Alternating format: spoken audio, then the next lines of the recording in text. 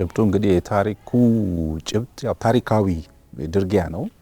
ይሄ ታሪካዊ ድርጊያ ከ1500 ከ1600 ዓመት በፊት እስልምና ጅማሮ ጋር ተያይዞ የኢትዮጵያ ውስጥ በትክክል ወይ ደግሞ በእውነት የሆነ የታሪክ አንድ ክፍል ነውና ጭብጡ የሚያተኩረው በተለይ ነብዩ መሐመድ ተከታዮቻቸውን ሂዱ ወደ ኢትዮጵያ አዛ ሰላማችሁን ክብራችሁን የሚጠብቅ ንጉስ አለ ከዛ ያስቀምጣቸዋል የሚል ሃይማኖታዊ ወይም መለኮታዊ የምትለው መልእክት አሲዘው ወደ ኢትዮጵያ ያን ጊዜ ኢትዮጵያ መናገሻ ከተማ ወደ ነበረችው አክሱም የላኳቸው ስደተኞች ላይ ተመስርቶ የተሰራ የተጻፈ ታሪክ ነው።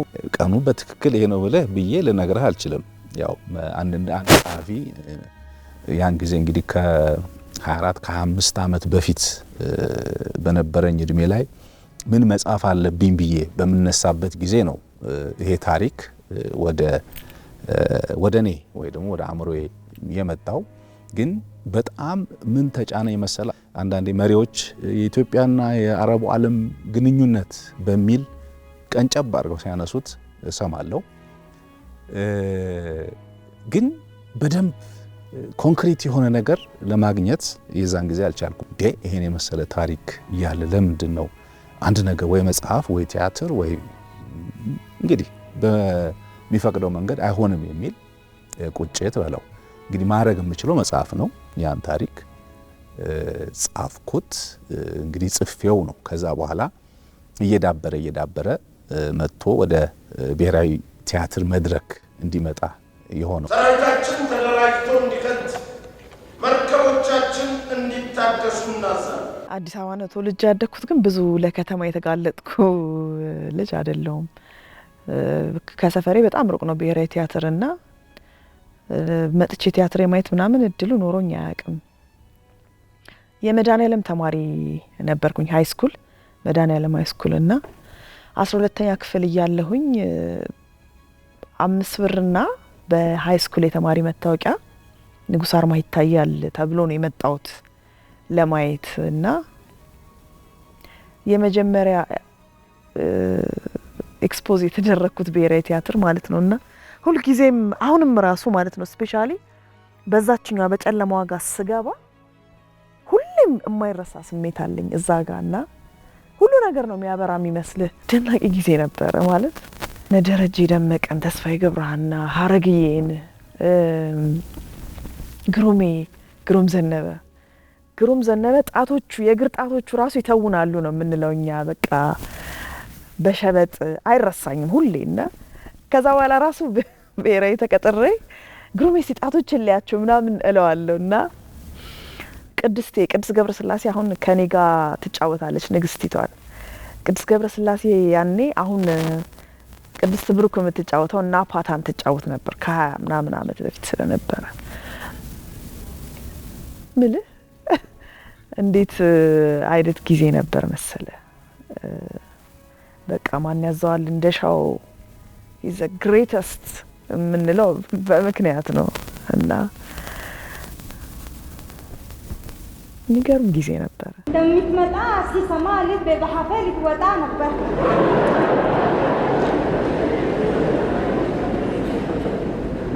ዛሬውን ትመጣለህ ብዬ ግን አላሰብኩም። ከ20 ምናምን ዓመት በኋላ አንድ ቲያትር እንደገና ተመልሶ ወደ መድረክ ሲመጣ እድሉን ካገኙ ደራሲያን መካከል አንዱ ነኝ። ፕላስ ይሄ ስራ እንደዚሁ በሁለት የተለያዩ አዘጋጆች ለመዘጋጀት እድል ማግኘቱ ራሱ ለኔ ትልቅ ክሬዲት ነው። አርማ የሚባለውን እንትን ያየሁት 2 ጊዜ ነው። የመጀመሪያው ላይ የዛሬ 24 ዓመት ያው ታላቁ አዘጋጅ ማን ያዘዋል እንደሻው ሲያዘጋጀው እውነት ለመናገር በጣም እንደጠበቅከው ሳይሆን ከጠበቅኩትም በላይ ሆኖ ገዝፎ ነው የታየ። ምክንያቱም መድረክ ላይ ሲመጣ ሲተረጎም እውነት ለመናገር እንትኑ ብቻ አይደለም ይሄ አጫዋቱ የዳይሬክተሩ ወይ የተዋናዮቹ ብቻ ሳይሆን የታሪኩ ግዝፈት ትልቅ ታሪክ ለማየት በዚህ መድረክ ላይ ለማየት መቻሌ ራሱ ለኔ እንደ አንድ ትልቅ ክሬዲት መወስደው ነው። ህንደኬ እንግዲህ በህይወቴ ትልቁ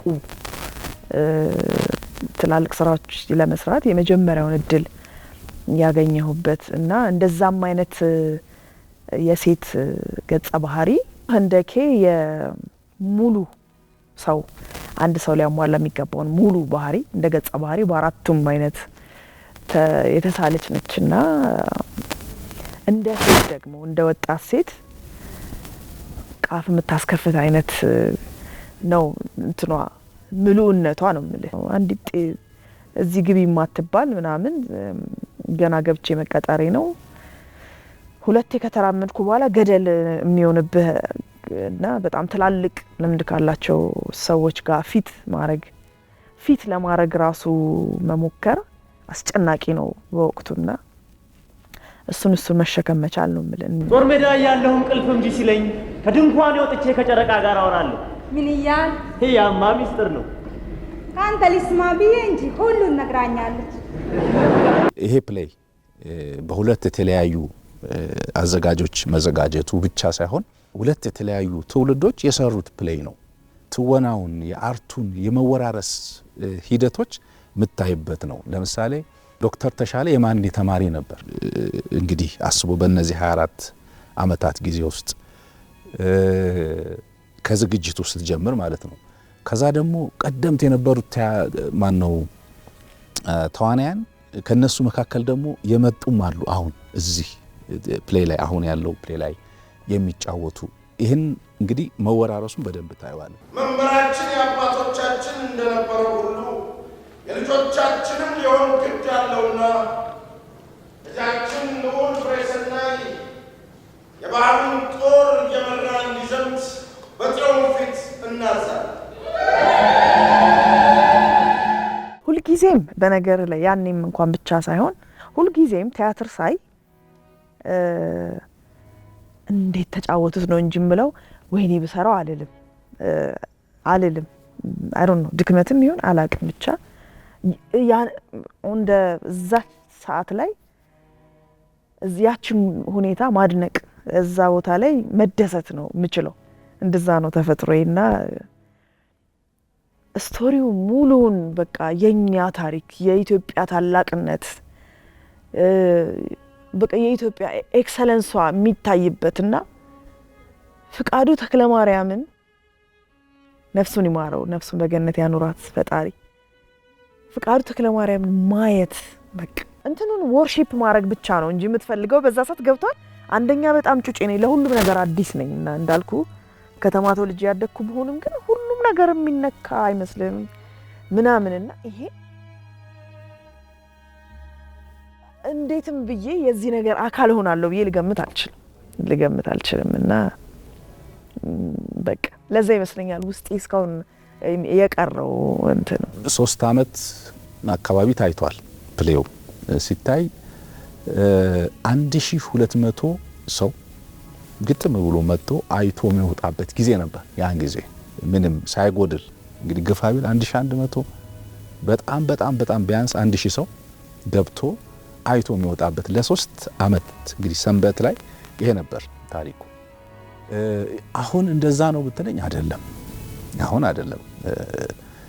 አሁን ያለው እንግዲህ ብዙ ነገሮች ተለውጠዋል። የማስታወቂያው የሆኑ ነገሮች ተለውጠዋል። ግን ገብቶ መጥቶ ያየው ተመልካች ግን እጅግ ተደስቶ መልሶ አሁን እንግዲህ በዚህ ሂደት ውስጥ እስከ 10 ጊዜ ያዩት ሰዎች እንዳሉ አሁን አጋጥሞ ያን ጊዜ 30 አየሁት 40 አየሁት ብዙ እንትን ላይ ሆል ይችላል። ምክንያት ንጉስ አርማን ብቻ አይደለም ሌሎች ቲያትሮችን በነገር ላይ ብዙ ፕሌይ ላይ ምናምን አስገቡኝ ብዬ ነው የምገባው። ሁሌ ንጉስ አርማን ሊሰራ ነው ምናምን ሲባል ይፈልገ ቢሆን እጫወታለሁ እዚህ ላይ ምናምን በእናታችሁ ምናምን ብያለሁ። ይሁን ገና ሳንት ሊመጣ ነው ንጉስ አርማ ድጋሚ ምናምን ሲባል ከዛ አዝነውልኝ አስታውሰው ነው የጠሩኝ። ንጉስ አርማ ሊጀመር ነው እስቲ ነይ ምናምን ተብዬ ነው የመጣሁትና ምንም አይነት ነገር ቢሰጠኝ እጫወታለሁ ላይ ማለት ትንሽም ካስቲውን ብዙም ካስቲውን አንዳንድ ፕሮዳክሽን የዛ ነገር አካል መሆንህ ነው ማተር የሚያደርገው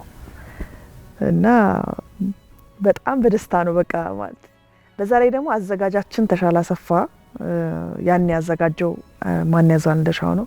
አሁን ያዘጋጀው ተሻለ አሰፋ ነው። ተሻለ አሰፋ ደግሞ መምህሬ ነበረ ዩኒቨርሲቲ መምህሬ ነበር። ስለዚህ እሱን ድጋሚ አግኝቼ ከሱ ጋር ለመጀመሪያ ጊዜ ዳይሬክት ሲያደርገኝ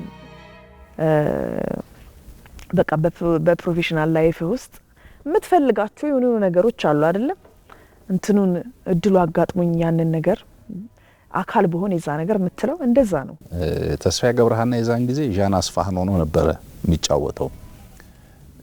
ሌላዋ ቅድስት ናት፣ ቅድስት ገብረስላሴ። ቅድስት ደግሞ ናፓታን ሆና ነበር የምትጫወተው፣ ልዕልቲቷን ሆና ነበር የምትጫወተው። ያው ያን ጊዜ እድሜም የምንም ጉዳይ አለና አሁን ከ24 ዓመት በኋላ እነዚህ ሁለት ሰዎች አሁን ሲተውኑ ተስፋዬ ገብረሃና ንጉሱን ሆኖ ቅድስት ደግሞ ንግስቲቷን ሆነው በዚህ ፕሌይ ላይ አሁን ባለው ፕሌይ ላይ ታያቸዋለ። ከዛ ውጭ ያሉት ግን አዳዲሶችና ወጣት አክተሮች ናቸው። ያው ተተክቷል፣ ጄኔሬሽን ስለተተካ ማለት ነው። ሁለቱ ናቸው። ያን ጊዜ እንግዲህ ተስፋዬ ገብረሃና ሲጫወት ያየሁት የዛን ጊዜ ንግስቲቱን መዓዛ ብሩ ተጫውተው ነበረ። አላውቃትም እኔ እንኳን በአካል አንድ የቲቪ ድራማዋን አይቻለሁ በቲቪ እንጂ በአካል አላው እሷ ስትጫወተው ብለው አውርተውልኝ ያውቃሉ። ከዛ ደግሞ ጀማኔ ሰለሞን ተጫውተዋለች እሱን። እኔ ግን አጋጣሚ ሀረግዬ ስትጫወት ነው ያየሁትና ጃን አስፋህን አሁን የማታ ወርቅ ታደሰ የሚጫወተውን ተስፋዬ ገብረሃና ይጫወተው ነበር። እኔ ሳየው እንደዛ ነበረና አሁን ተስፋዬ ገብረሃና አርማህን ይጫወታል እና አስበው።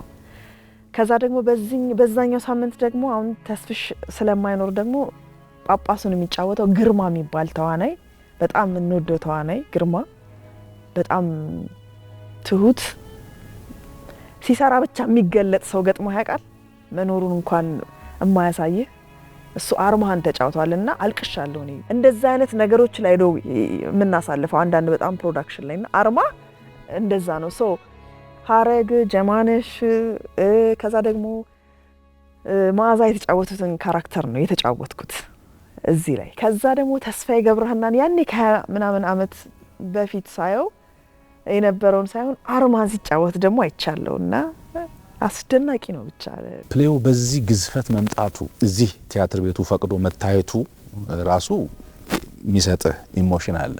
ሁለተኛ ደግሞ በጣም የሚገርምህ ተስፋዬ ገብረሃና እንግዲህ አብረን ትምህርት ቤት ውስጥ ቲያትር አብረን የጀመርነው ምኒልክ ትምህርት ቤት ሃይ ስኩል ተማሪዎች ሆነን ማለት ነው።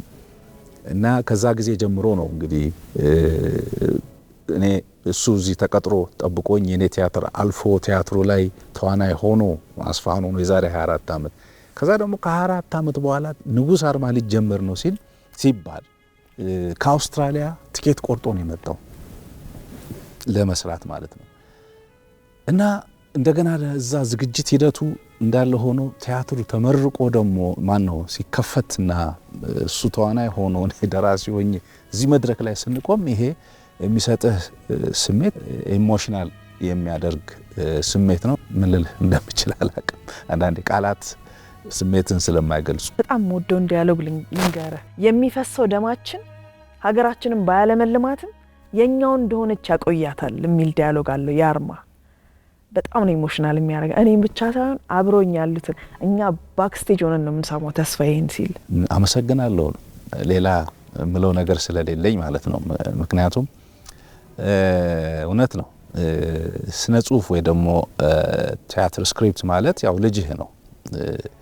የኔ እንግዲህ እንዳልኩ እድለኛ ሆኜ ሁለት ጊዜ አንድ ልጅ ሁለቴ ሲወለድ በ20 ምናምን አመታት ዲፍረንስ ለኔ ብዙ ነገር ማለት ነው። በጣም ብዙ ነገር ማለት ነውና ይሄንን እድል ለሰጡኝ ከዚህ ከቲያትር ቤቱ ጀምሮ ማለት ነው ሁሉንም እንግዲህ ገሌ ሳልልህ ይሄን እድል ለሰጡኝ ሁሉ በጣም አመሰግናለሁ። ስፔሻሊ እኔ ደግሞ እኔና ቅድስት ገብረስላሴ ተመሳሳይ ስራ እየሰራ እኔ ለሷ ለኔ ያደረግነውን ነገር በማየቴና በቃ የሰው ልጅ ፕሮፌሽናሊ እርስ በርስ ርህራሄ ከማሳየት ውጪ ሌላ ምንም ነገር ቀሪ ነው። በቃ አንተ ነህ የምትቀረው፣ አንተ ነህ አብረህ የምትሆነው። ኦኬ ሶ ያ ቲያትር ሲወርድ ስቲል ዊዝ ፍሬንድሺፕ እና እርስ በርስ በመተሳሰብ እንድትዘልቅ ያሳያል። በቃ ሰው ነው የሚበልጠው ከምንም ነገር። ኦኬ እና አብረህ እዛ ባክስቴጅ ስንጫጫ ብታይን እንዴት ደስ እንደሚል በየሳምንቱ በጣም አሪፍ ቲም ነበረ። የንጉስ አርማህ ቲም በጣም ደስ የሚል ቲም ነውና ሁሉንም ነው ማመሰግናቸው። የረጅም ዘመን ጥያቄ ነው የጠየከኝ፣ ግን የተሰማኝ አሁን የተሰማኝ ስሜት ነው የተሰማኝ ሆነን ለመናገር ያን ጊዜ ያው መቼስ ልጅነቱ አለ እንግዲህ ባዮቹ አጋማሽ አካባቢ ነበር እድሜ እና ቲያትሩ ሲከፈትና መልካሙ ተብዬ ተጠርቼ እዚህ ጋር አበባ ሲቀበል ዋው ትልቅ ስሜት ነው። ግን the same feeling ያ ስሜት ነው አሁንም የተሰማኝና አይ ቲንክ ለአንድ ደራሲ ከዛ በላይ የሚከፈለው ነገር ያለ አይመስለኝም። ስም ተጠርቶ እሱ ነው የጻፈው ተብሎ አበባ ወይ ጋቢ፣ አሁን ጋቢ ተሸልም ያለው እና አለች ጋቢዋ። ስለዚህ እሱ ደስ ይላል።